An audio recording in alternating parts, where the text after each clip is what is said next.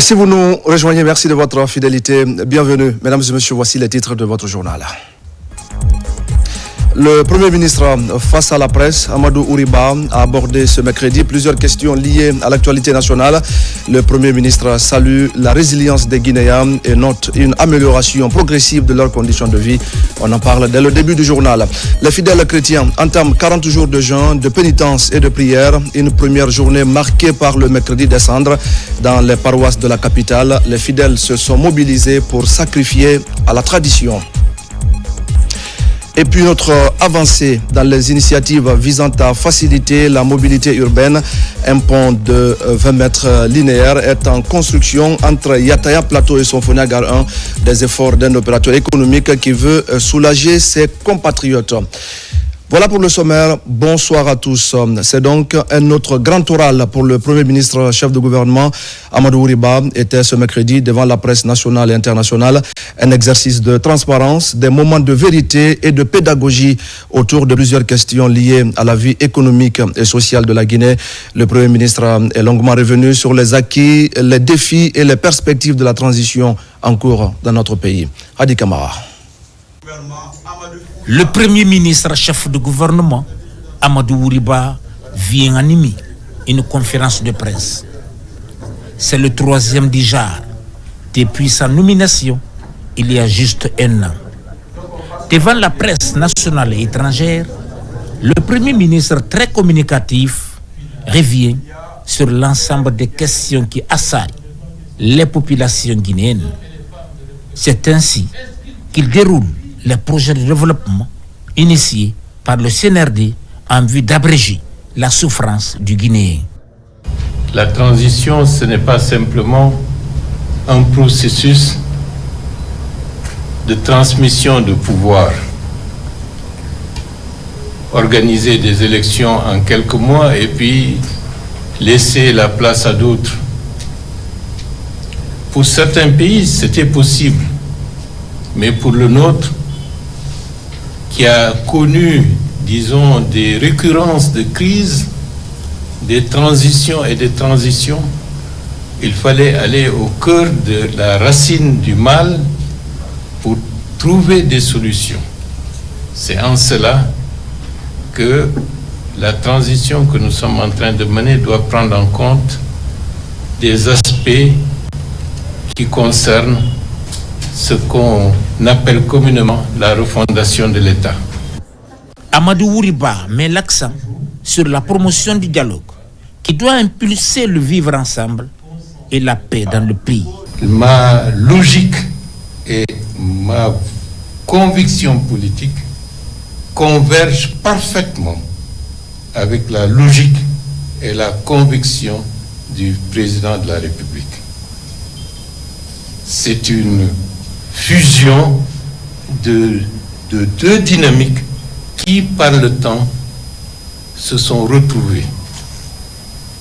Et je dois dire, pour ceux qui ont oublié, que j'avais dit bien avant le 5 septembre 2021 qu'il y aura une transition. Et cette transition est là aujourd'hui. Et ce que nous sommes en train de faire comme programme, ce n'est pas quelque chose qui nous vient, disons, de l'extérieur, c'est-à-dire que quelque chose que des gens ont rédigé pour dire c'est ça et ça. C'est notre conviction intime depuis des années et des années. Donc le couple, président de la République, Premier ministre, dans le contexte actuel, c'est un couple unique et un. Notre objectif est de transcrire dans la réalité les fondements qui sont dans le cadre de la vision politiquement exprimée par le président de la République et concrètement réalisée avec le Premier ministre et le gouvernement. Nous sommes un attelage qui constitue le socle avec lequel la transformation de la République de Guinée va se faire. Avec ses allures oratoires et son énergie, le Premier ministre Amadou Ouriba s'appuie sur de nombreuses questions liées à la desserte en électricité, les réformes engagées dans le cadre de l'assainissement des finances publiques et la gestion du processus électoral avec la mise en place du PN-RAVEC. La principale difficulté que nous devons surmonter, c'est la constitution du fichier électoral.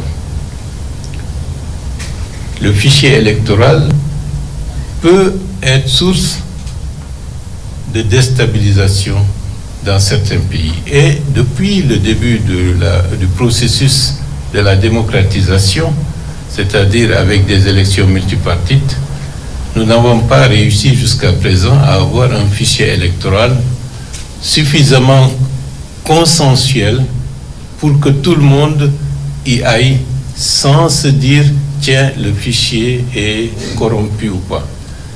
C'est la raison pour laquelle le fichier actuel est adossé au PN-RAVEC, c'est-à-dire au recensement administratif à vocation d'état civil.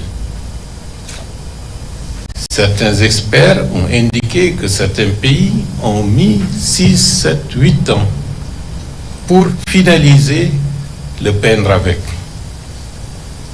Nous sommes conscients de la difficulté et c'est la raison pour laquelle nous avons estimé que dans le contexte actuel, la constitution du fichier électoral doit être assujettie aux modalités de mise en œuvre du PN-RAVEC.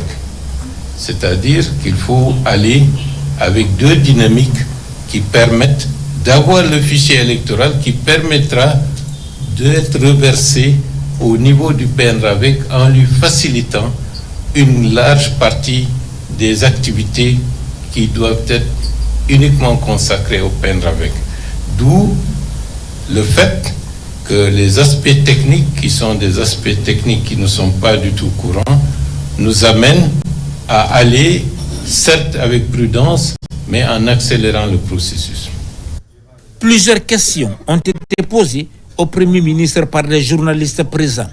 Il s'agit, entre autres, des questions relatives à la justice, aux médias, à l'aménagement des barrages hydroélectriques, le cadrage macroéconomique, la gestion des partis politiques, le sport et le partenariat entre la Guinée et le Fonds monétaire international.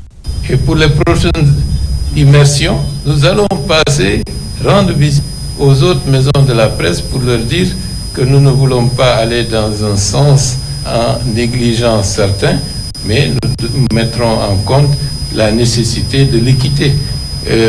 D'ici, je dois dire, à ceux de Sérékoré, on va leur remettre la même chose qu'à ceux de Cancan.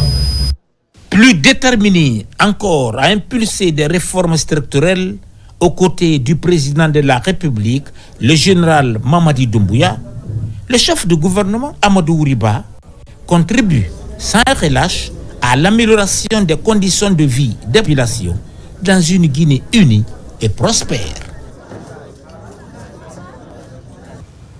Merci à Adi Kamara. Dans l'actualité encore, la 43e édition du concours national de mémorisation et d'interprétation du Saint-Coran a démarré ce mercredi à Conakry.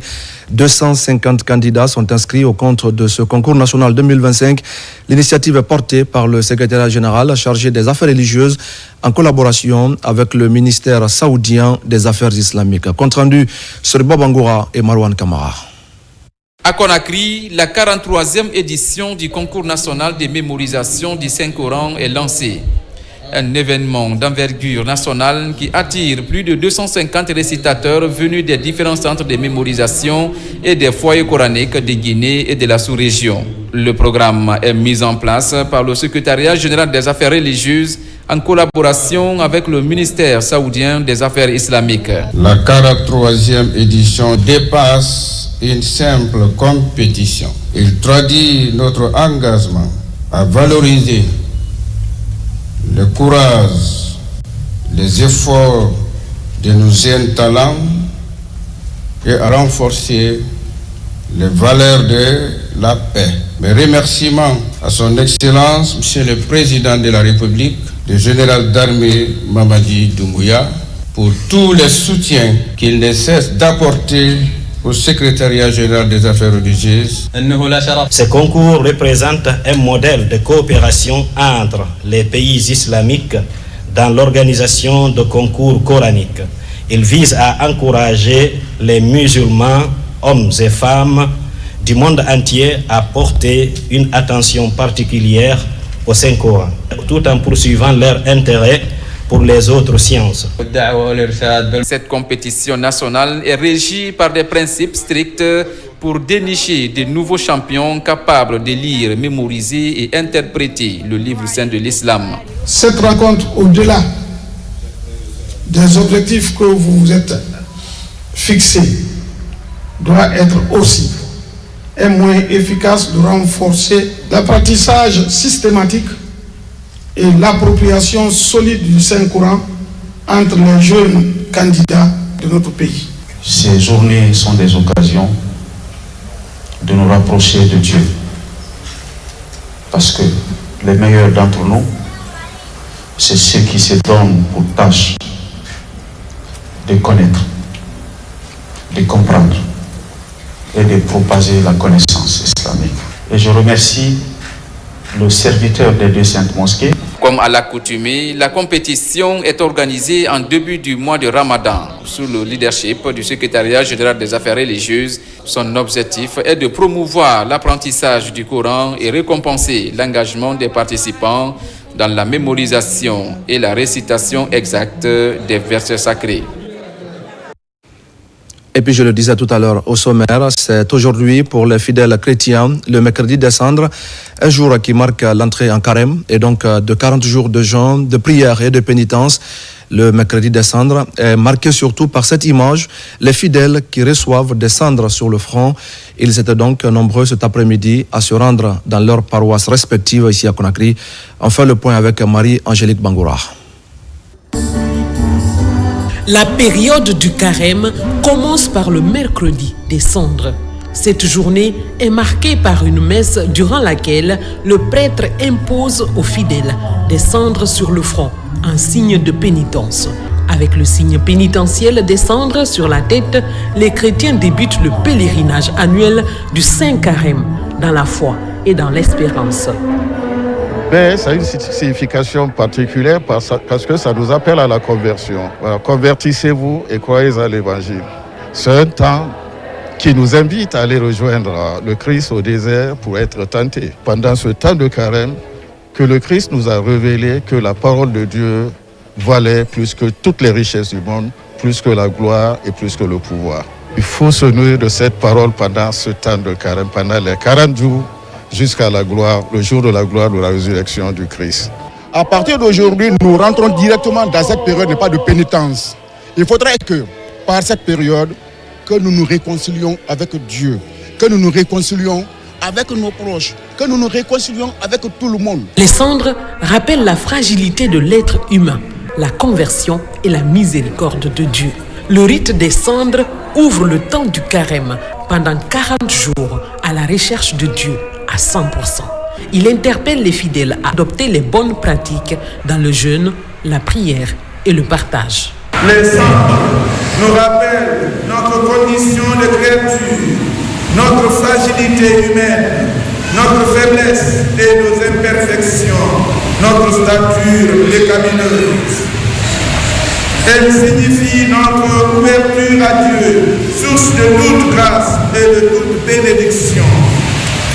Les cendres nous invitent à la pénitence, à la conversion, à la réconciliation avec nous-mêmes, avec nos frères et sœurs, avec notre environnement naturel et avec Dieu. Dans son message de carême 2025, le pape François nous apprend à comprendre l'implication de se convertir à l'espérance à travers 3 appels.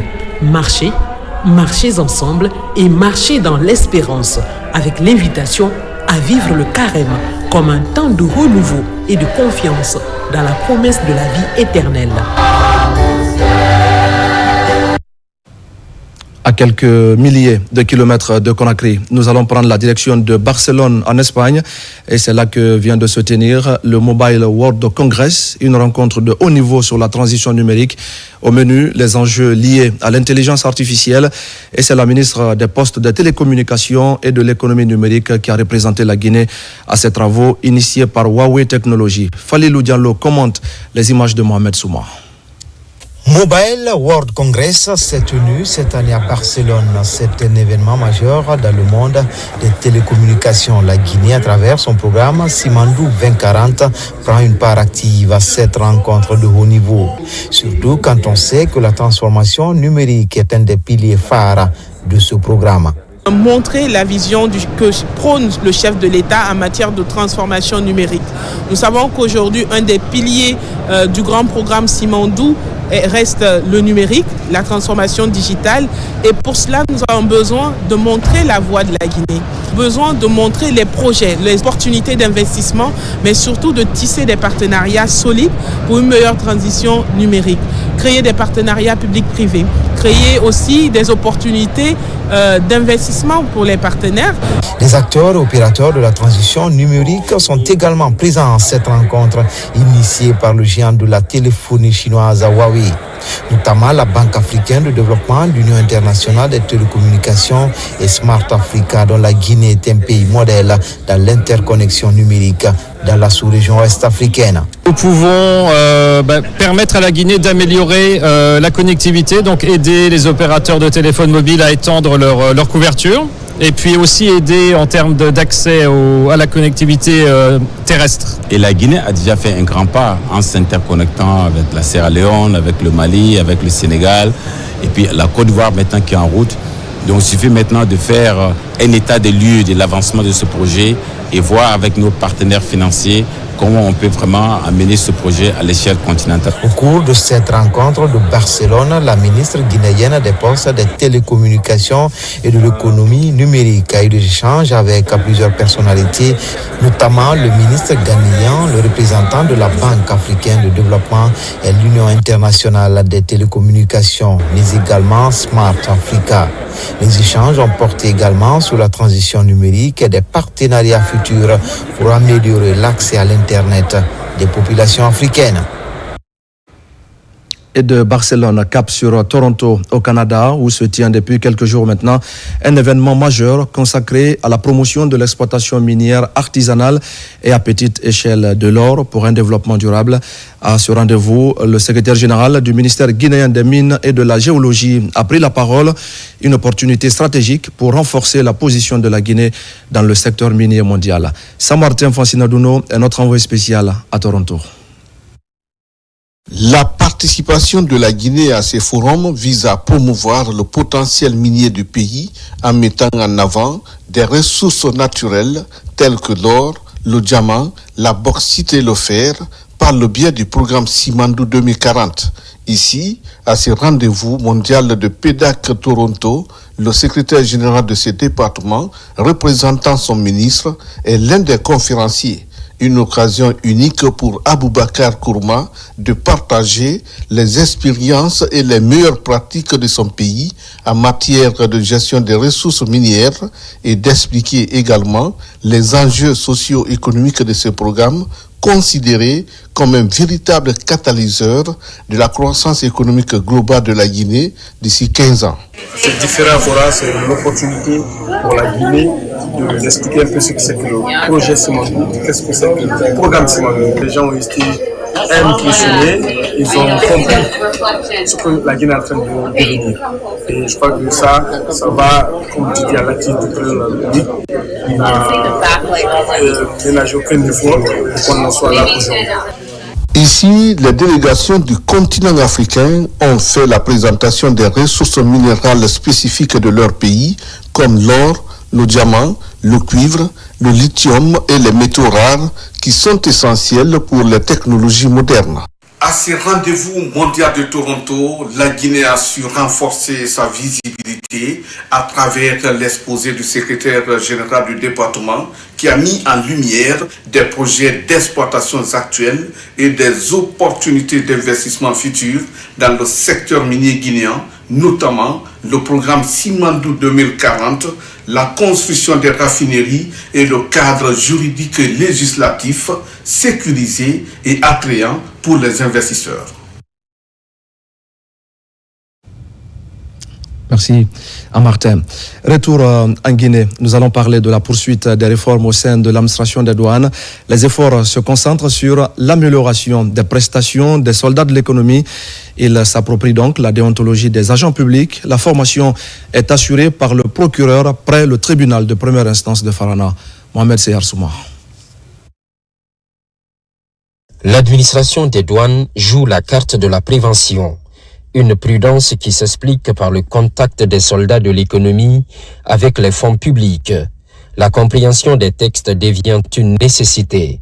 Une série de formations est mise en place par la Direction générale des douanes. La dite formation sera axée sur donc la déontologie des agents publics, non seulement pour parler des règles qui se traduisent en des obligations et des devoirs, mais également parler de l'éthique qui parle d'un certain référentiel s'imposant à un fonctionnaire dans l'exercice de ses fonctions en tout temps et en tout lieu, mais aussi nous parlerons de certaines dispositions pénales qui sont relatives aux fonctionnaires dans l'exercice de leurs fonctions, parce que ce qui est constant et établi aujourd'hui, nul ne peut échapper à la législation. La session profite aux chefs de bureau, chefs de visite, vérificateurs et comptables. Par ailleurs, elle est perçue comme un examen de conscience.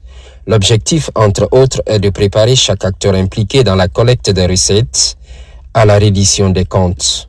Depuis l'avènement de M. le Président de la République à la tête de notre pays, nous sommes face à une reddition des comptes. La reddition des comptes, on l'aménage. Alors pour mieux l'aménager, je crois qu'il faut connaître les actes qu'on pose et les conséquences juridiques de ces actes. En tant que soldat de l'économie, la tentation est grande. Donc ce cours va nous amener à conscientiser nos collègues, à les sensibiliser, à les préparer à ce que chaque acte posé doit être fait dans les règles de l'art. Éventuellement, il est question d'éviter toute poursuite judiciaire, mais l'une des exigences demeure l'appropriation de la déontologie. 90 cadres sont concernés. C'est le début d'une série de formations pour les douaniers à tous les niveaux. Mesdames et messieurs, à présent, le contenu de ce communiqué du ministère de l'économie et des finances. Le ministre de l'économie et des finances, M. Mourana Souma, informe les gouverneurs de région et les préfets que le ministère de l'économie et des finances envisage la construction des trésoreries préfectorales et régionales sur l'ensemble du pays. La réalisation de ces infrastructures vise principalement à améliorer grandement la gestion des ressources publiques au profit des populations à la base. Dans cette perspective, des équipes composées des cadres du ministère et des bureaux d'études seront déployés sur les sites retenus dans les préfectures afin de procéder au lancement effectif des travaux de construction à travers des cérémonies de pose de première pierre qui auront lieu simultanément dans la quasi-totalité des préfectures du pays sous votre présidence dans la semaine du 10 au 14 mars 2025. L'objectif général de ces missions est d'assurer le démarrage effectif des travaux de construction en veillant au respect scrupuleux des dispositions contractuelles et réglementaires en la matière. Les cérémonies de pose de première pierre auront lieu selon le calendrier ci-après. Équipe 1. Nombre de projets 6. Numéro du lot 1. Région préfecture.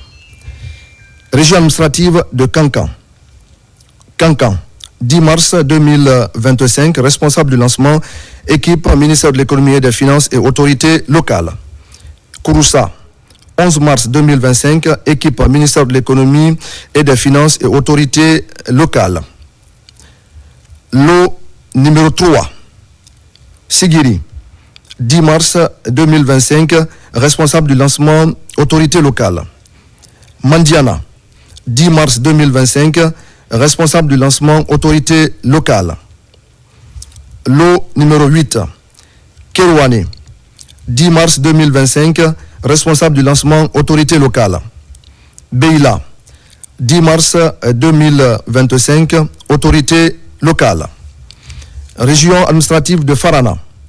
Lot numéro 4, Farana, 10 mars 2025, équipe ministère de l'économie et des finances et autorités locales. Kissidougou, 11 mars 2025, équipe ministère de l'économie et des finances et autorités locales. Lot numéro 2, Dabola, 10 mars 2025, responsable du lancement autorité locale. Dingirai, 10 mars 2025, responsable du lancement autorité locale. Région administrative de Zérékoré. Lot numéro 6, Lola, 7 mars 2025, responsable du lancement, équipe ministère de l'économie et des finances et autorité locale. Yomu, 8 mars 2025, équipe ministère de l'économie et des finances et autorité locale. Lot numéro 5, Massanta, 10 mars 2025, responsable du lancement autorité locale. Ensuite, lot numéro 5, Massanta, 10 mars 2025, responsable du lancement autorité locale. Gekedou, 10 mars 2025, responsable du lancement autorité locale. Région administrative de l'Abbé. Numéro du lot 15, Pita, 10 mars 2025, responsable du lancement autorité locale. Numéro du lot 10, Lelouma, 10 mars 2025, responsable du lancement autorité locale. Lot 13, Koulia, 10 mars 2025, autorité locale comme responsable du lancement. Lot numéro 10, Tougué, 10 mars 2025, responsable du lancement autorité locale. Lot 13, Mali, 10 mars 2025, autorité locale. Région administrative de Mamou. Lot numéro 7, Mamou, 10 mars 2025, équipe ministère de l'économie et des finances et autorité locale. Dalaba, 11 mars 2025, équipe ministère de l'économie et des finances et autorité locale.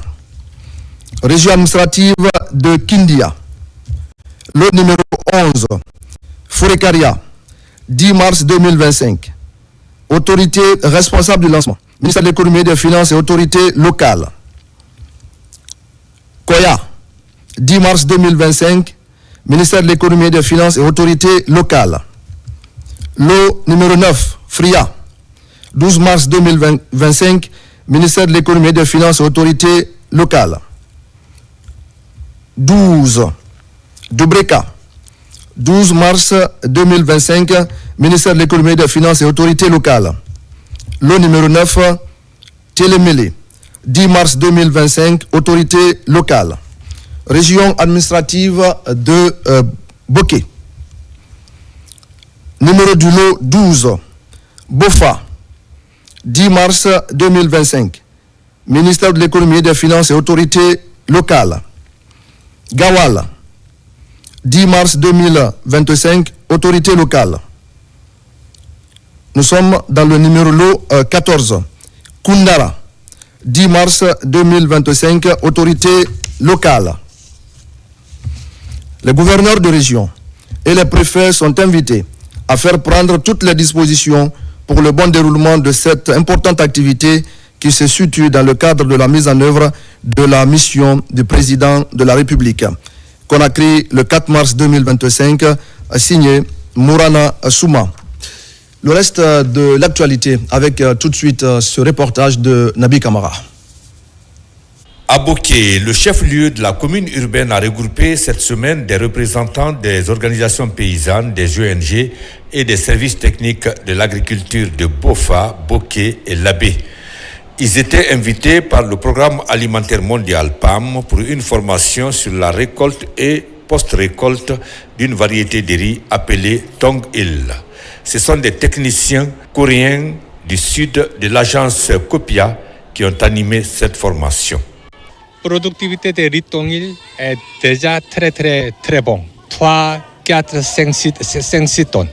Mais avec cette formation de Copia, on peut améliorer, on peut augmenter plus beaucoup. parce que la potentialité de riz tongil est normalement 12,5 tonnes par hectare.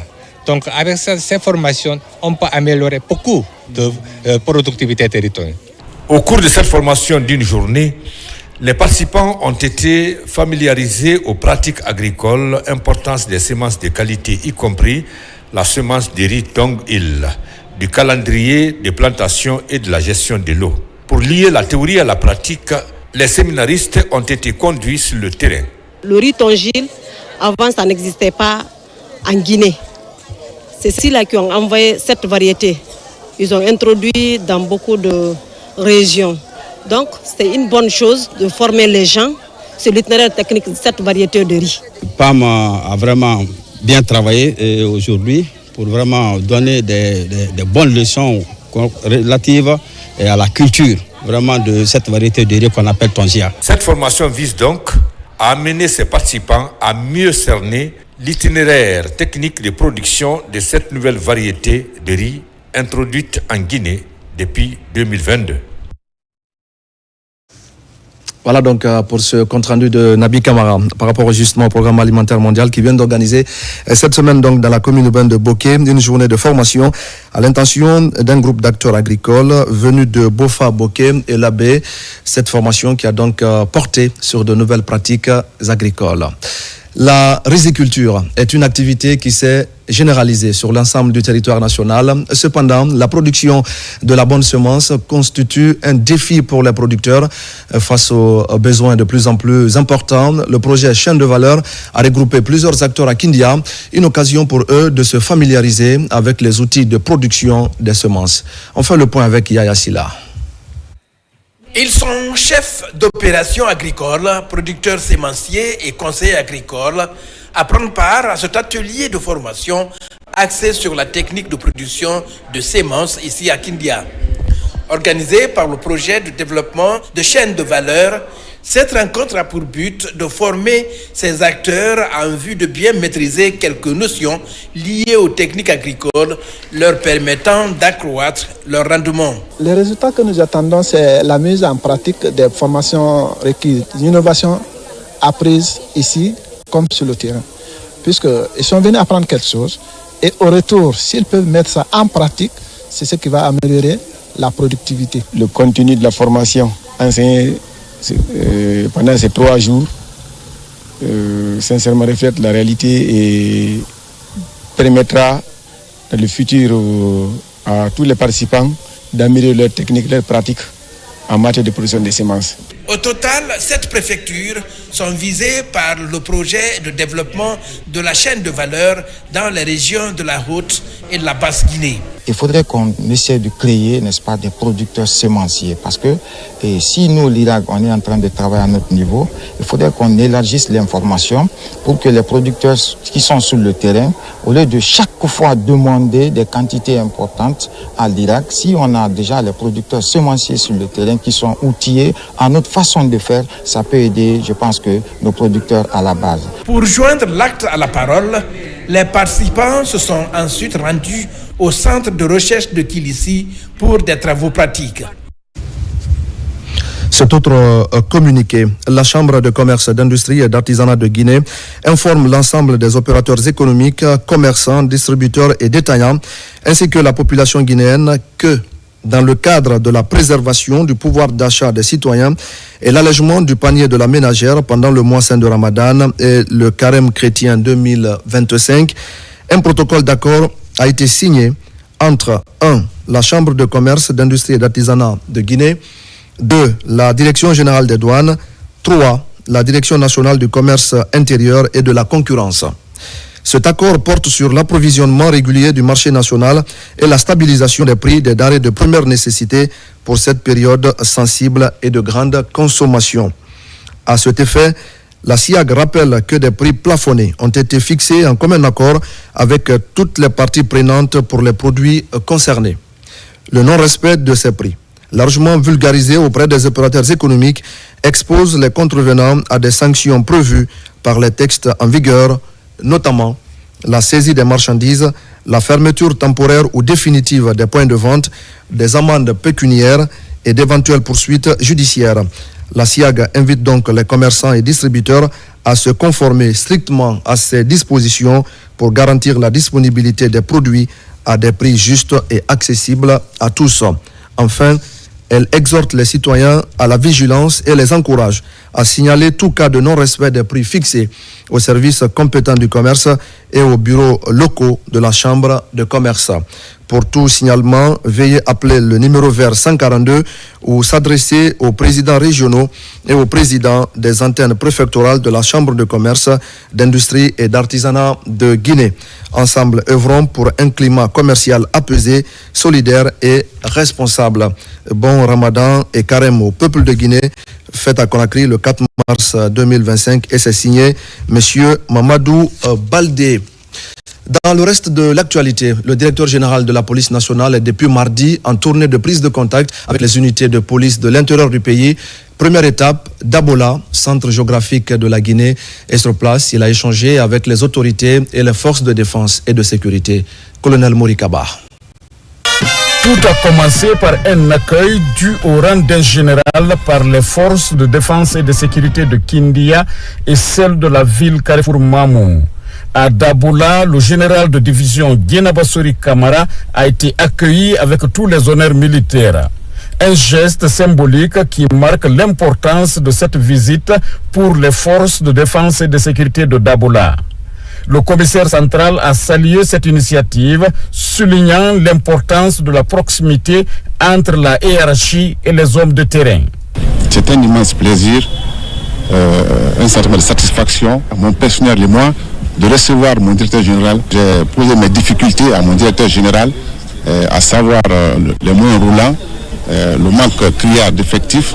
C'est surtout ce qui nous fatigue pour pouvoir répondre à nos missions régaliennes. Au cours de cette rencontre, les policiers ont exposé leurs défis quotidiens.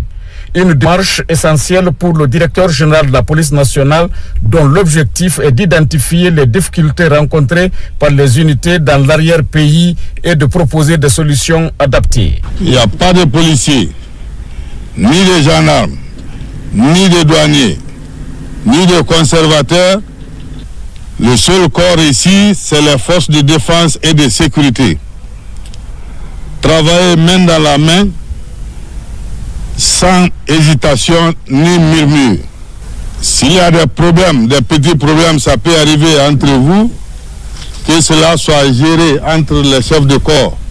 Au nom de Monsieur le ministre de la Sécurité et de la Protection civile et Monsieur le ministre de la Défense nationale, je vous demande de continuer dans ce sens et de se battre corps et âme dans l'intérêt de la nation, pour qu'il y ait la paix dans la cité. Sans la paix, pas de développement. Et puis l'avènement du 5 septembre, chacun de vous voit sur le terrain l'augmentation des capacités opérationnelles des forces de défense et de sécurité. C'est la première fois dans l'histoire qu'on compte dans nos matériels roulants 40 blindés une seule année.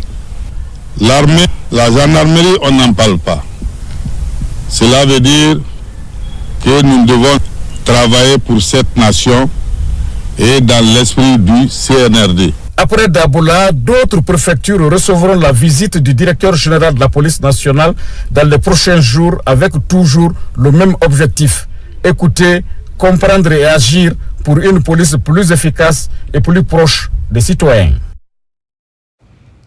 Dans l'actualité encore, le parc national de Mouin-Bafing constitue le plus grand refuge pour les chimpanzés d'Afrique de l'Ouest avec plus de 5000 individus et autres espèces. Un projet s'engage activement dans la conservation et la gestion des ressources naturelles du parc. Il vient donc, ce projet, de mettre en place des barrières de sécurité environnementale au niveau de plusieurs points stratégiques de ce site. On fait le point avec Sarafoudine Diallo et son Assagno. Environ 7000 km², le parc national du Mouin-Bafing, créé par décret présidentiel, possède à son sein 23 mammifères dont la plus importante population de chimpanzés de l'Afrique de l'Ouest. Dans ce parc, on dénombre 300 villages avec 35 000 habitants. L'objectif principal de cette mission, c'est la réception officielle des barrières filtres. Les barrières filtres qui servent du contrôle du mouvement des produits forestiers illégalement exploités dans le parc. Le déboisement est une des choses pour lesquelles, vous voyez, on a même commencé à mettre des barrières pour que les gens ne viennent plus exploiter tout le bois du Fouta, qui n'en a pas beaucoup.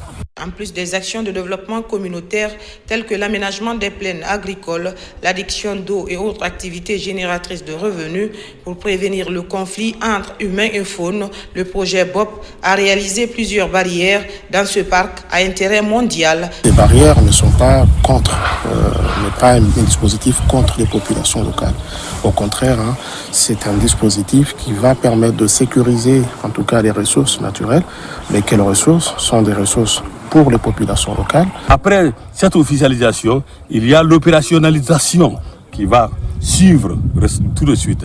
Et quand ces activités-là seront mises en œuvre, à coup sûr, notre parc national Moyen-Bafing sera protégé et les 23 espèces de mammifères qui résident là-dedans vont être protégés. Après l'installation officielle de ces barrières de sécurité environnementale, les populations locales et autorités, ainsi que l'ensemble des forces de défense et de sécurité, promettent d'œuvrer à côté du projet Moyen-Bafing Offset Programme pour l'atteinte des objectifs.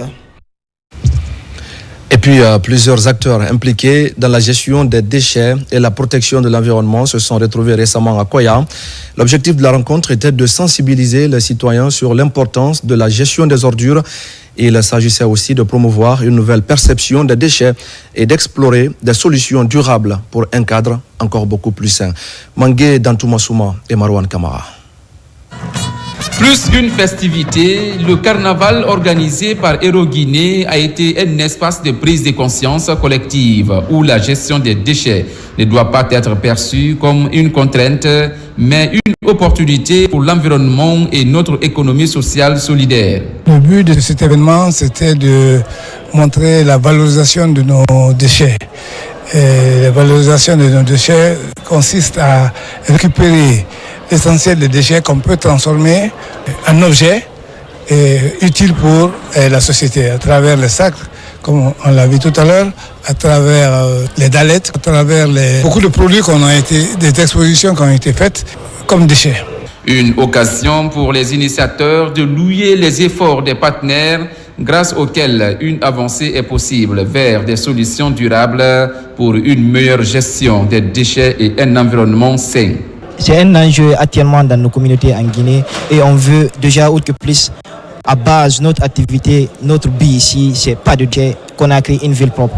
Donc c'est dans ça on s'est incité et on a eu pour jeu de transformer, de recycler ici ces déchets, notamment la transformation ici des bouteilles de verre en dallettes. Un enfant, quand tu le parles de quelque chose qu'il ne connaît pas et qu'il a connaissance de cette chose, il peut mieux transmettre cela.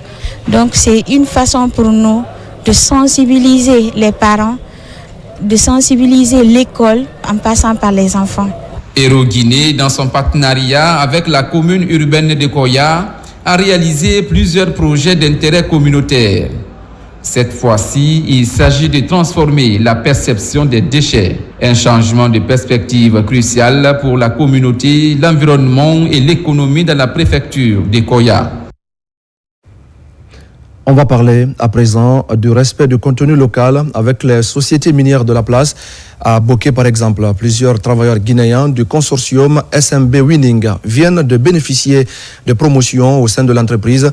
Une décision qui renforce davantage la coopération dans le cadre de l'exploitation des mines au profit de la Guinée et de ses partenaires.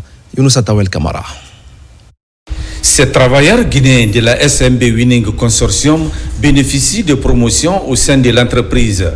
Ils vont désormais occuper des hauts postes de responsabilité au sein de cette société minière évoluant dans la préfecture de Boké depuis quelques années. Une manière pour la direction de respecter le contenu local. C'est la loi du travail qui nous a demandé de faire une organisation des postes. Pour devenir une entreprise centenaire, il faut une équipe locale. Aussi dans le futur, nous allons promouvoir encore plus de cadres pour perfectionner notre équipe locale. Ces jeunes cadres guinéens bénéficiaires de cette promotion au sein de la société minière se réjouissent de l'initiative de la direction de cette société minière de la place. Ils s'engagent à relever les défis dans leurs postes respectifs. Les travailleurs de la grande famille SMB doivent continuer à se donner la main dans la main, en nous rappelant que notre force réside dans notre union et notre capacité à surmonter les épreuves ensemble.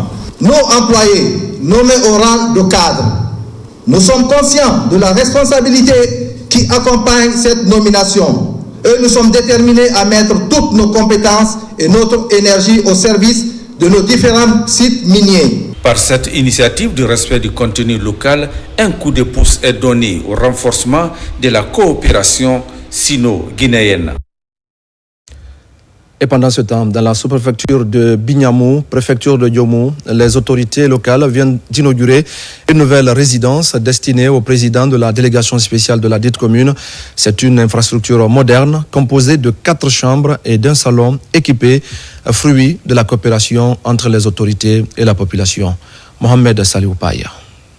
L'inauguration de cette nouvelle résidence est un fruit de la coopération entre autorités et population locale. La cérémonie a été présidée par le préfet de Yomou en présence des responsables communaux et de nombreux habitants.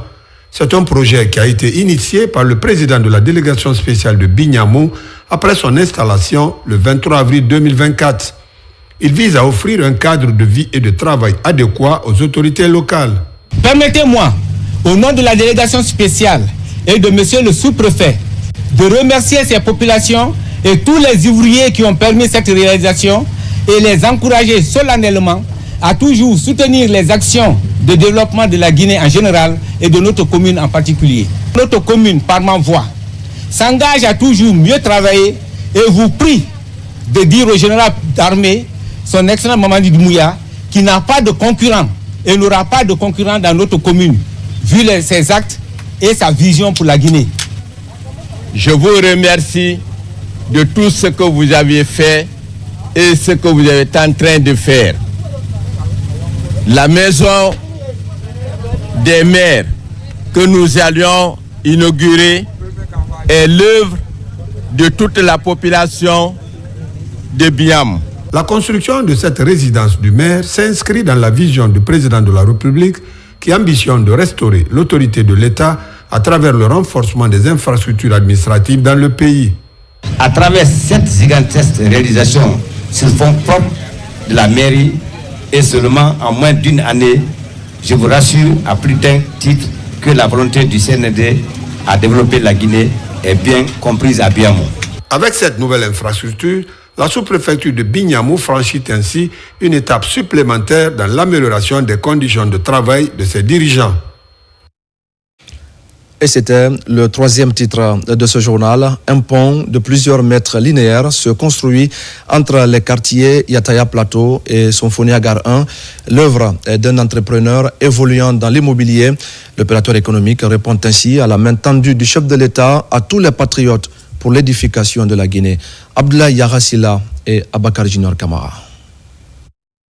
Le sursaut national s'agrandit autour de la vision du chef de l'État, le général Mamadi Doumbouya.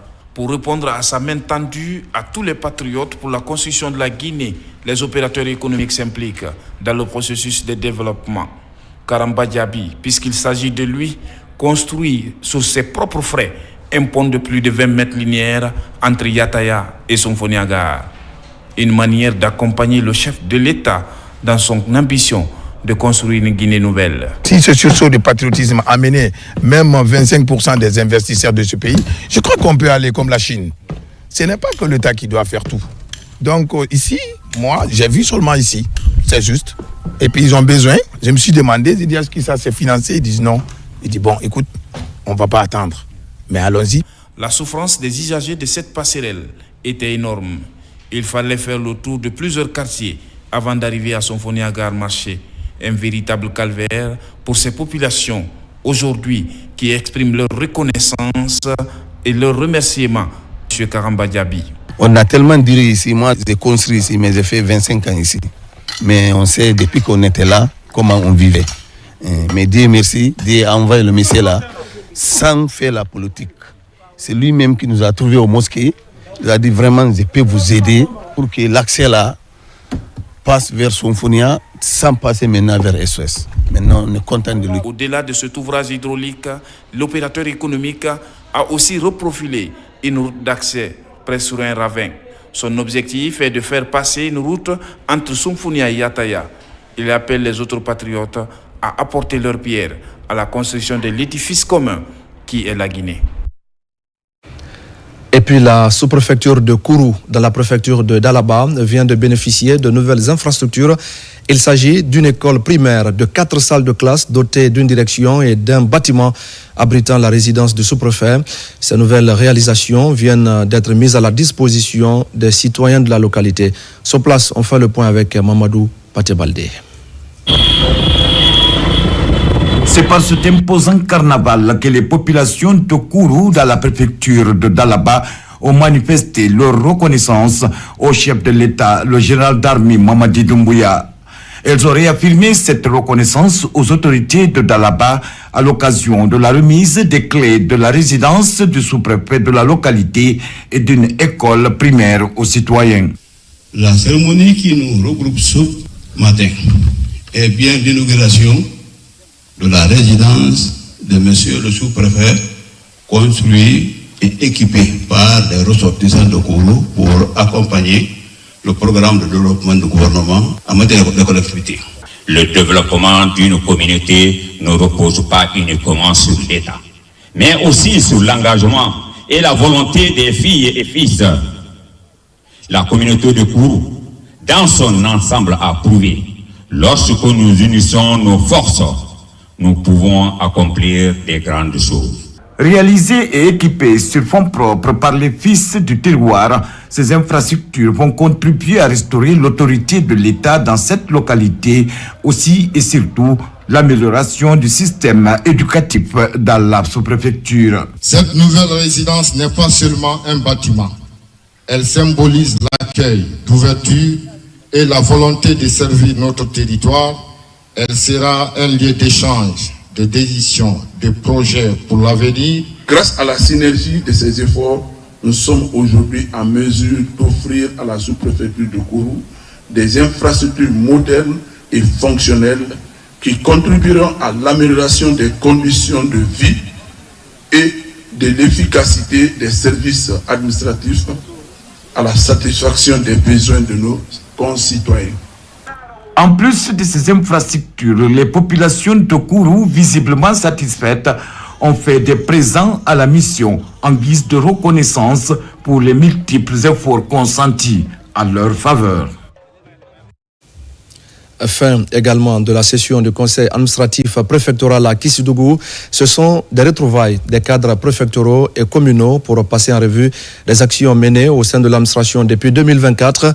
La rencontre qui a duré 3 jours a permis d'adopter un nouveau budget pour l'année 2025. Ibrahima Oulien Fofana. Dans la ville de Kissi-Farmaya, les administrateurs préfectoraux et communaux se donnent rendez-vous dans la salle de fête de la commune urbaine. Le préfet de Kissidougou est en session avec ses cadres. Il passe en revue l'ensemble des activités menées au cours de l'année 2024. Le budget 2025 a été élaboré pour un montant total qui s'élève à plus de 32 milliards. Il prend en compte toutes les préoccupations de la préfecture de Kissidougou et ses communes. Conformément à l'administration préfectorale, nous avons demandé le conseil d'administration 4 fois par an. Mais c'était tout juste convoquer les gens, les sous-préfets, les présidents d'organisation spéciale, les receveurs, les secrétaires généraux et les directeurs préfectoraux de connaître leur situation administrative, leurs difficultés et leurs problèmes pour qu'on puisse discuter ensemble pour trouver les solutions de nos problèmes. Les discussions ont également porté sur les défis dont la préfecture fait face, notamment dans les domaines de l'urbanisme, l'éducation et la santé. La rencontre a été saisie pour louer l'engagement des partenaires au développement à accompagner la préfecture. Si vous avez suivi la présentation du secrétaire général de la commune, il a parlé d'abord des projets réalisés au compte de 2024, mais aussi il a projeté aussi les activités de 2025 que nous appelons dans notre jargon le PAI 2025. Dans cette présentation, il a parlé des activités projetées pour cette année que la commune doit réaliser Donc cette rencontre, c'est une opportunité pour tout le monde, que ce soit les collectivités, que ce soit les directions préfectorales, de venir présenter les actions réalisées et les perspectives. L'adoption de ce nouveau budget témoigne l'engagement des autorités locales à travailler pour le bien-être des populations et à promouvoir un développement inclusif et durable. À Conakry, l'actualité, c'est aussi le lancement à la mairie de Ratoma du programme Bénévolat Jeunesse, une initiative des autorités locales qui consiste à promouvoir l'employabilité des jeunes. Et pour ce départ, 30 bénévoles sont formés et seront déployés au sein des entreprises pour un stage pratique de 3 mois. Moussa Bangoura. Cette prestation de serment annonce le lancement officiel du programme de bénévolat jeunesse dans la commune de Ratoma. 30 jeunes issus des 11 quartiers de la commune bénéficient de ce programme. Ils ont été formés dans plusieurs domaines d'activité pour accompagner les initiatives locales afin de promouvoir le développement. L'objectif de ce programme de bénévolat, c'est de les envoyer auprès des entreprises pour qu'ils puissent vraiment, après les 3 mois, les entreprises puissent les retenir. Après la première phase de ce programme, il y aura une deuxième équipe qui viendra pour continuer le programme. La vision du président, elle est bâtie autour de la jeunesse. Il me revient donc de féliciter Monsieur le Président de la délégation spéciale pour cette initiative très citoyenne, pour cette initiative qui permet d'intégrer la couche juvénile dans le processus de développement et dans le processus de citoyenneté. Le but est de faciliter l'employabilité des jeunes. Pendant 3 mois, ces bénévoles seront déployés sur le terrain auprès des entreprises publiques et privées pour des stages pratiques. Être bénévole est bien plus qu'un simple engagement. C'est un véritable acte de générosité et de responsabilité sociale. Donner de son temps, de son énergie ou de ses compétences au service des autres. 90 jours francs, ces jeunes seront payés.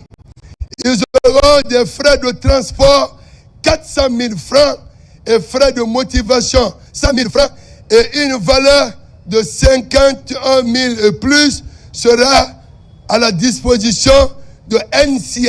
Va nous permettre d'appuyer la prise en charge médicale, la prise en charge en cas d'accident de travail de ces jeunes. Ces jeunes bénévoles, avant leur départ, des contrats de stage et de cartes de couverture sanitaire leur ont été distribués. L'initiative est de la mairie de Ratoma en collaboration avec ses partenaires. Et puis, il existe désormais un film documentaire qui expose le quotidien de l'orphelinat Fombek au quartier Yarala, dans la commune urbaine de Sigiri. Ce film vient de connaître sa toute première projection.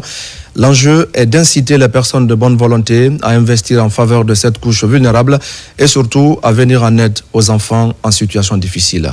Yamokaba. À Namana, dans la commune urbaine de Sigiri, l'orphelinat Fombek de Mariam Bembeta attire le regard. Ici, la convivialité règne à tout moment pour permettre aux enfants de grandir protégés et en bonne santé. Parmi les grands soutiens de cette dynamique d'épanouissement, une société minière anglaise pour offrir aux laissés pour compte un cadre de vie familial. Nous avons inscrit l'assistance à la communauté en premier lieu parce que nous ne pouvons pas venir en République de Guinée et travailler dans les communautés sans qu'il y ait un impact positif sur la vie économique et sociale de cette communauté. À Fombek, des tout petits qui retrouvent de l'affection sont reçus souvent à 3 jours de naissance. Le film documentaire qui retrace le quotidien de cette maison d'accueil est projeté pour exposer les difficultés auxquelles les enfants sont confrontés. Un travail préalablement fait par une équipe de caméramans venus de l'Angleterre pour réaliser ce documentaire à l'orphelinat de Fombek, pour venir au secours des orphelins ici dans la préfecture de Sigiri, parce que nous sommes une société minière, nous ne sommes pas là juste pour la prospective ou l'exploitation. Ce documentaire premier d'Ijar sur la vie de l'orphelinat à Sigiri marque déjà l'attention. À l'international, le film a raflé le prix du meilleur long métrage. Aujourd'hui, cette communauté est en deuil après avoir enregistré le décès de 5 personnages clés du film, dont Thérèse Gomou, l'actrice principale. L'État doit penser à ses enfants. Il faut qu'il découvre qu'il y a un orphelinat à Sigiri qui est femme bête, qui a des enfants, plus de 52 orphelins. Un an seulement, j'ai perdu 5 enfants. Pour les initiateurs, plus de répit pour projeter ces documentaires afin d'inciter des bonnes volontés pour le bien-être des orphelins, c'est vrai, de chaleur parentale. Dernier virage de ce journal. Au lycée Bonfi, dans la commune de Matam, les anciens élèves devenus aujourd'hui des hauts cadres du pays se souviennent encore du sacrifice de leurs formateurs. Preuve de cette reconnaissance, des prières et bénédictions sont dites pour les encadreurs qui ne sont plus de ce monde. Des promesses sont aussi annoncées pour accompagner le lycée Bonfi. Nabilaï Moussa Kamara. Ils partagent une identité. Ils ont tous fréquenté l'un des grands temples du savoir de la capitale, le lycée Bonfi. Marqués par cette période charnière de leur scolarité, les anciens élèves du lycée Bonfi décident de regarder dans le rétroviseur pour rendre hommage à leurs encadreurs. Dans ce programme de reconnaissance du mérite, une cérémonie de lecture du Saint-Coran est organisée pour implorer la grâce divine pour les devanciers, anciens professeurs et collègues décédés. Je suis très émerveillé de savoir qu'il y a des anciens élèves qui se rappellent encore de leur séjour dans les lycées ou les collèges qu'ils ont fréquentés et qui prennent la peine de choisir un jour pour communier avec les anciens professeurs de ces écoles ou les anciens maîtres de ces écoles afin de consacrer du temps à la lecture du Coran. Après 30 ans, ces anciens élèves du lycée Bonfi sont devenus des cadres de l'administration. Aujourd'hui, ils comptent apporter leur pierre pour l'édification d'une Guinée réconciliée et prospère en mettant l'école au premier plan. Il y a plus de 30 ans, nous étions des adolescents dans cet établissement. Aujourd'hui, nous sommes les cadres dans toutes les sphères de l'État. Et nous sommes séparés avec nos professeurs. C'est une manière aussi de demander la bénédiction de nos professeurs parce que nous étions très turbulents, innocents pendant la jeunesse. Et cette fois-ci, étant mûrs, nous avons demandé la grâce et la bénédiction de nos professeurs. Aujourd'hui, tout le monde a le souci de la réussite de cette école, de la remise en forme de cette école. Des cadres, ils sont nombreux. Et c'est pour cette raison que les anciens élèves ont eu le souci de revenir à Dieu. L'association des anciens élèves du lycée Bonfi compte pérenniser cette initiative à dimension religieuse qui permettra de favoriser la cohésion pour plus de résultats dans l'application du plan d'action.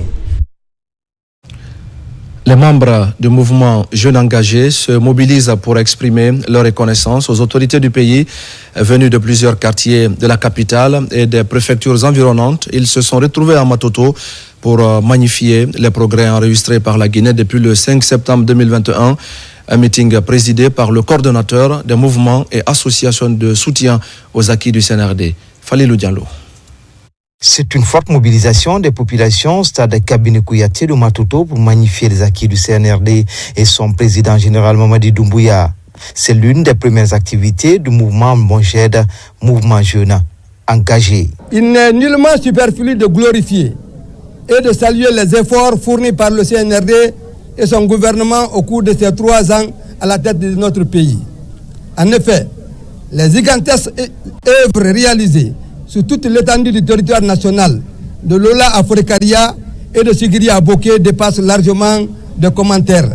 Les Anglais disent no comment. À travers cette activité, le mouvement Jeune Engagé compte jouer sa partition dans le développement socio-économique du pays. Depuis sa création, ce mouvement est à pied d'œuvre pour accompagner le changement enclenché par le CNRD.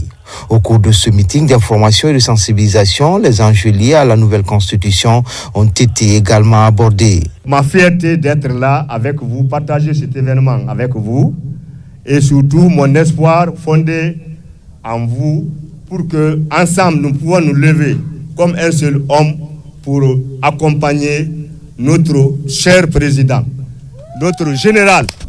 Que tous les mouvements de soutien et associations de soutien doivent se donner encore la main pour se recenser. Si d'autres pensent que on va imposer notre candidat, ça ne va pas être le cas. Ça va passer par les urnes. Donc, il faut vous recenser sur les listes électorales. Parce qu'on veut faire du 100%. Pour cette première expérience, l'accent est mis sur la sensibilisation des populations pour accompagner le président à travers ses acquis. Cette mobilisation a connu la participation de plusieurs personnalités, mais également une pléiade d'artistes qui, à leur tour, ont émerveillé le public par quelques pas de danse et chansons magnifiant les acquis du général président Mamadi Doumbouya. Et voilà, mesdames et messieurs, c'est la fin de ce journal. Merci à tous de l'avoir suivi. Je vous retrouve demain pour d'autres actualités de la Guinée, notre paradis, terre de richesse et d'innovation. Je vous souhaite à tous de passer une belle soirée en compagnie de nos programmes.